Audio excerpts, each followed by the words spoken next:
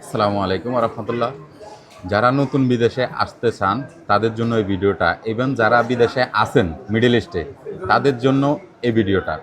যে যারা আছে তাদের জন্য কেন, কারণ আপনাদেরকে অনেক ডিস্টার্ব করে দেশের মধ্যে, আপনার ভাই ভাড়াদার আত্মীয় স্বজন সবাই কিন্তু খুব ডিস্টার্ব করে, ভিসা দেন না কা, নানান ধরনের কথা বলে। আসলে তারা জানে, নতুনদের উদ্দেশ্যে বলতেছি, তারা জানে যে আপনাদেরকে নিয়ে আসলে এখন কি অবস্থা হবে, কারণ মিডল ইস্টে এখন কিন্তু আগের মতো কাজ নাই ভাই, আগের বিদেশ নাই কিন্তু। আর বর্তমান সময়ে মানে মানুষের থেকে দালাল বেশি হয়ে গেছে ভাই, ওয়ার্কার থেকে দালাল বেশি হয়ে গেছে। আপনি প্রত্যেকটা স্টেপে দালালের দেখা পাবেন, যারা সাইডে কাজ করে তারা বুঝতে পারবে সেই জায়গার দালালি, যারা নতুন ব্যবসা নেয়, নতুন ভিসা নেয় সেই জায়গার দালালি। তো আসলে নতুন যারা, তারা হয়তো বলবেন যে ভাই আমি কি বিদেশ আসবো না, অবশ্যই আসবেন, আসেন ভাই, অবশ্যই আপনি আসেন, তবে সঠিক মানুষ থেকে ভিসাটা কিনবেন এবং তার কথা কাজে যেই কথা বলবে সেটা মিল আছে কিনা। দালাল কিন্তু বলবে আপনার 1,50,000 স্যালারি, আসলে দালালের কোনো কথাতে আপনি বিশ্বাস করবেন না। প্রত্যেক ঘরে গ্রামে অঞ্চলে দেখবেন দুই একজন করে বিদেশ আছে। যখন আপনি ভিসাটা নেবেন বা কথা বলবেন ভিসার, তখন অবশ্যই আশপাশে আপনি যাচাই করে নেবেন যে দালাল যে কথাটা বলছে কাজের সাথে তার কথার মিল আছে কিনা। এবং আপনার বন্ধু বান্ধব হয়তো থাকবে, তাকে দিয়ে জিজ্ঞেস করবেন যে এই বলছে, ডিটেলস বলছে, সব ঠিক আছে না, ভিসা ঠিক আছে কিনা।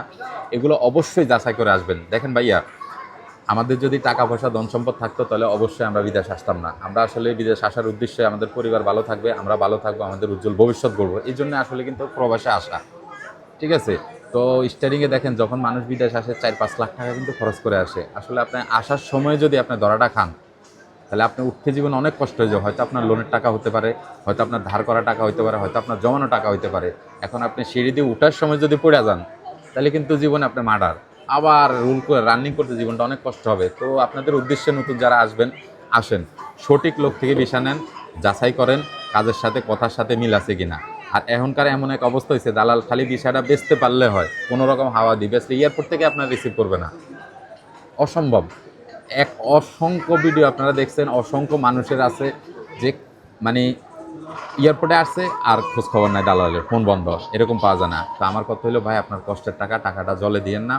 যখনই বিদেশ আসবেন বা আসার চেষ্টা করেন, অবশ্যই অবশ্যই আপনি 100 বার যাচাই করে নেবেন, 100 বার চিন্তা করবেন যে ঠিক আছে কি না, সব কিছু সমস্ত কিছু ঠিক আছে, তারপর আসেন ভাই।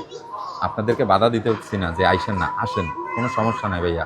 ইনশাল্লাহ সবার জন্য দোয়া রইল। আসসালামু আলাইকুম রহমতুল্লাহ।